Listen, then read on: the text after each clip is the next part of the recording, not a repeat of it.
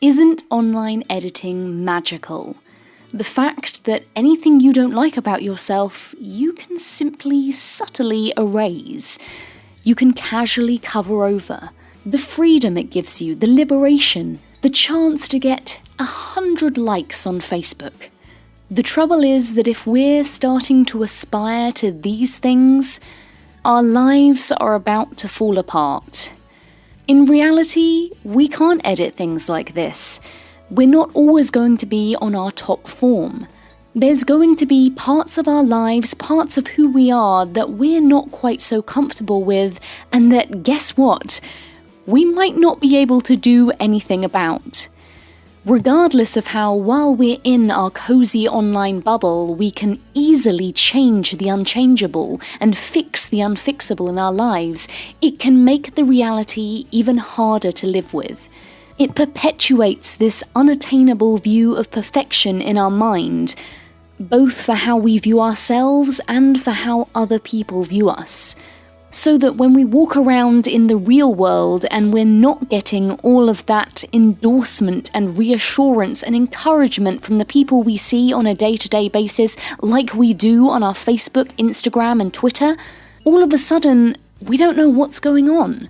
Why we can't be the success that we are in our internet world.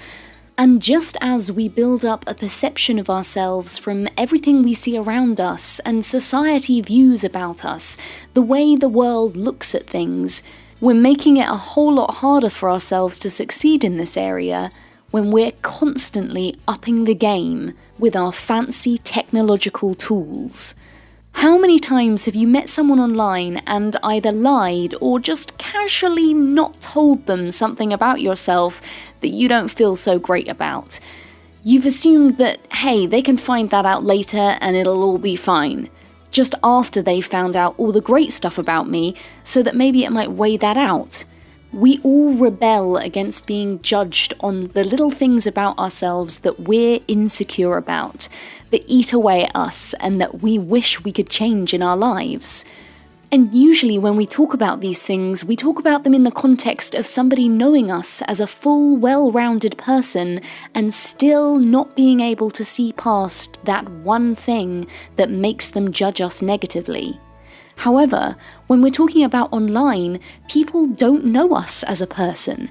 People only know us as text on a page. There is no context to that situation. We are not fully dimensional to these people. We are just one of the many online images which they can scan through like walking into a shop and picking out their favourite ornament. Here's the thing.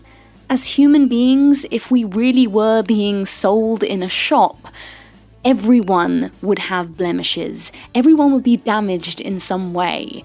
And why? Because while products can be made perfectly, human beings are not like that. We have emotions, we have challenges, we have situations in life that are out of our control. But while they may not look perfectly desirable on the surface, do they make us any less of people? We all know the answer to that is definitely no, because if the answer is yes, let's face it, nobody would ever want anyone. And yet, online, it is that very much on-the-surface approach. Online, there are so many choices, so many options, so much opportunity for us to close our minds.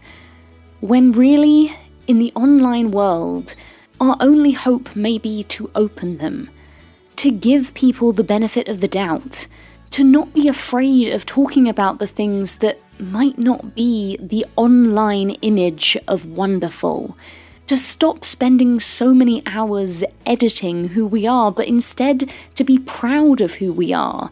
This is a message that we promote time and time again, and yet we're doing the opposite of that every single day. If we feel we need to conceal ourselves, how can we ever accept ourselves and love ourselves for every part of ourselves, not just the parts that we think will do or are passable, or that if we tell someone about them, they might let us know that that's okay.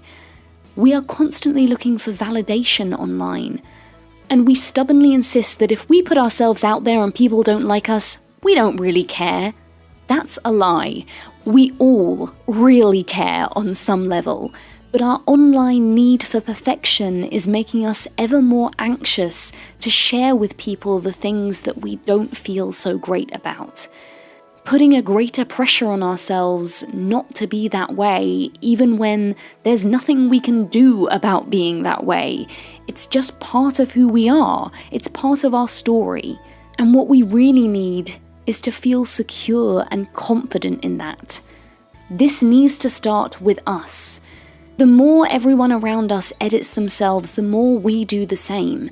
So we need to be the ones that are starting to change things.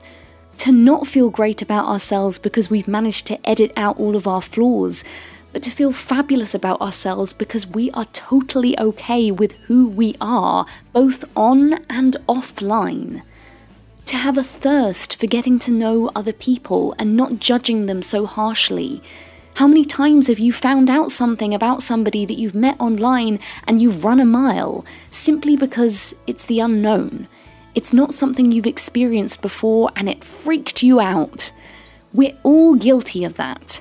Let's acknowledge it and learn from it. The less pressure you put on yourself to be perfect online, the more likely you're going to be able to live up to that in real life. Be you. Be proud to be who you are. Be confident in yourself and be willing to share that with anyone you meet, however you meet them. As easy as it might sound theoretically, we all know that it's not like that in practice, because if it were, everyone would already be doing it. But as hard as it may be for us not to yearn for perfection so much that we're willing to dismiss anything that doesn't quite fit in with that category, it's our best hope for happiness. So let's open our minds a little bit more, and let's work together on this one.